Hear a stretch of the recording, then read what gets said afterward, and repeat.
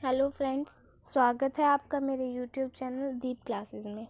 इसमें हमारा आज का टॉपिक है नाच साहित्य और नाच साहित्य की विशेषताएं। चलिए हम अपना टॉपिक स्टार्ट करते हैं। नाच साहित्य आदिकालीन हिंदी साहित्य में नाच काव्यधारा का प्रमुख स्थान है। बौद्धों की महायान शाखा के दो वर्ग बन गए थे, वज्रयान और सहजयान। वज्रयानी ही बाद में सिद्ध कहलाए, सहजयानी नाथ संप्रदाय के रूप में पल्लवित हुए। बल्कि हम यह भी कह सकते हैं कि सिद्धों के वामाचार और कथित साधना की आड़ में अतिशय भोग की प्रतिक्रिया रूप में ही नाथ काव्यधारा का उद्भव हुआ। इस प्रकार मत सिद्धों का ही विकसित एवं शक्तिशाली रूप कहा जा सकता है। नाथ संप्रदाय वज्रयान की परंपरा में शैव मत के आशय में पलता रहा। 14वीं शताब्दी तक इस संप्रदाय का साहित्य धर्म संस्कृत को नियंत्रित करता रहा। इन्हीं से प्रभावित होकर भक्ति काल में संत काव्यधारा का विकास हुआ। इस प्रकार नाथ संप्रदाय सिद्धों और संतों के बीच की कड़ी कहा जा सकता है। कुछ विद्वानों ने यह निष्कर्ष निकाला है कि नाथ संप्रदाय का विकास पूर्ण स्वतंत्र रूप में हुआ। यह सुचिंतित वैज्ञानिक निष्कर्ष नहीं है। नाथ संप्रदाय युग की परिस्थितियों का परिणाम यह था कि सिद्धों में धर्म के नाम पर वामाचार फैल गया। यह प्रवृत्ति समाज को भी दूषित कर रही थी। इसके प्रतिपक्ष में नाथ संप्रदाय का उदय हुआ।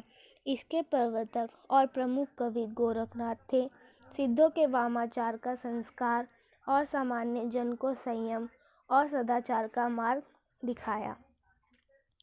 नाथ साहित्य प्रचुर मात्रा में उपलब्ध है, परंतु यह अपने प्रामाणिक रूप में बहुत कम मिलता है।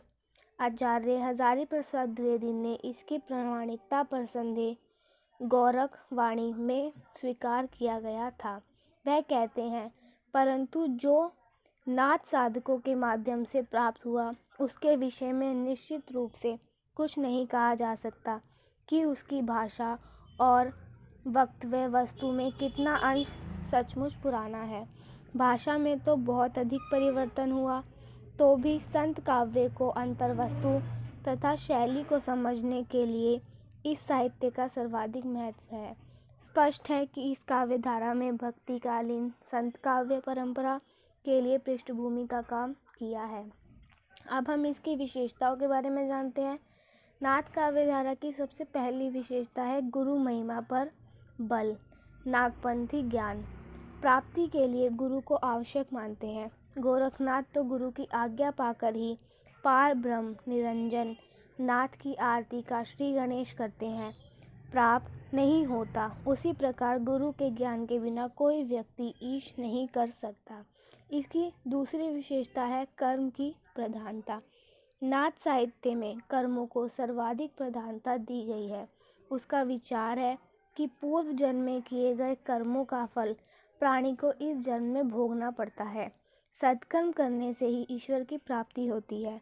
भावी जीवन को सुखद बनाने के लिए, व्यक्ति को अच्छे कर्म करने के लिए उनके यहाँ कोरा भाग्यवाद नहीं है, बल्कि उन्होंने सौभाग्य के लिए सत्कर्मों पर बल दिया। इसकी तीसरी विशेषता है चित्त शुद्धियों और सदाचार में विश्वास। नाथों ने सिद्धों द्वारा धर्म और समाज में फैलाई हुई अहिंसा की वैश्वल्य को काटकर चारित्रिक दृढ़ता और मानसिक पवित्रता पर भर दिया। उन्होंने नैतिक आचरण और मन की शुद्धता पर अधिक बल दिया है। अपने मतानुयायियों के शीलवान होने का उपदेश दिया है। मदय, भांग, धतूरा आदि मादक वस्तुओं के सेवन का परित्याग योगियों के लिए अनिवार्य माना है। योग साधना में नारी का आकर्षक सबसे बड़ी बाधा होती है, इसलिए नारी से दूर रहने का उपदेश किया है। इसकी अगली विशेषता है रूढ़ियों एवं बाह्य आडंबरों का विरोध। पूजा पद्धति से संबंधित सभी रूढ़ियों और आडंबरों का नाथ संप्रदाय में विरोध किया गया है। गोरखनाथ ने अपनी गोरखवाणी में पोगापंथी ब्राह्मणों के प्रति उपेक्षा का भाव तो दिखाया ही है, साथ ही तत्कालीन बाह्य आडंबरों और आचारहीनता के प्रति भी अपने विरोध जाहिर किया है। उन्होंने वेद, कुरान, मंदिर, मस्जिद आदि सभी को व्यर्थ माना है। वह निर्गुण एवं निराकार ब्रह्म के उपासक तथा सहज और सरल जीवन के मतानुयायी थे। इसमें हमारी अगली विशेषता है नारी निंदा पर बल। जहाँ सिद्धों ने नारी सहवास को आवश्यक माना था, वहाँ नाथों ने नारी त्याग पर अत्यधिक बल दिया है। नाथों की नारी निंदा सिद्धों के विकारों के कारण है। यह एक कठोर प्रतिक्रिया थी। नाथों का विचार है कि नाथ योगी के लिए दासी, स्त्री और मकान रखना वैश्यावृत्ति के समान है और कोई भी मौजूद है। इसमें हमारी अगली विशेषता है परंपरागत रूढ़ियों एवं बाह्य आडंबरों का विरोध। नाथों ने धर्म प्रणीत बाह्य आडंबर और रूढ़ियों का खुलकर विरोध किया। उनके अनुसार पिंड में ब्राह्मण है, इसलिए परम तत्व को बाहर खोलना व्यर्थ है। मन की शुद्धता और दृढ़ता के साथ हठ योग के द्वारा उस परम तत्व का अनुभव किया जा सकता है। धर्म के क्षेत्र में बाह्य आडंबर के लिए कोई स्थान नहीं है, इसलिए नाथों ने मूर्ति पूजा, मुंडन, विशेष वस्त्र पहनना, ऊंच नीच, वेद पुराण पढ़ना आदि का विरोध किया है। इसमें हमारी अगली विशेषता है उलट बासियाँ। नाथों की साधना का क्रम इंद्रिय निग्रह के बाद प्राण साधना तथा उसके पश्चात मन साधना है। मन साधना से तात्पर्य है मन को संसार के खींच तक अंतःकरण की ओर उन्मुख कर देना।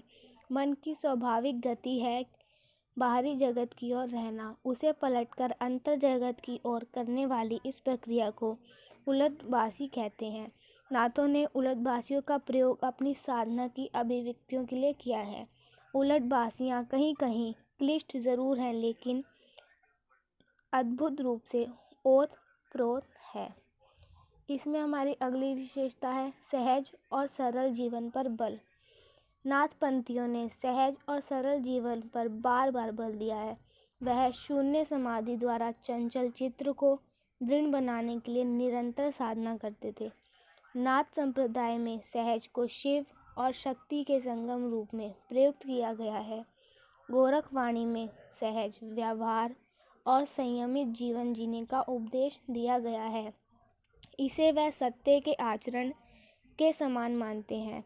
इस संदर्भ में उन्होंने यह भी कहा है कि मनुष्य की कथनी और करनी में अंतर हो। अहंकार तो मनुष्य का सबसे बड़ा शत्रु है, इसलिए अहंकार से बचने का पूरा प्रयास करना चाहिए। तो फ्रेंड्स, हमारा आज का टॉपिक यहीं ख़त्म होता है। वीडियो पसंद आई हो तो उसे लाइक एंड शेयर ज़रूर करें और हमारे चैनल को सब्सक्राइब करें। Thank you for watching.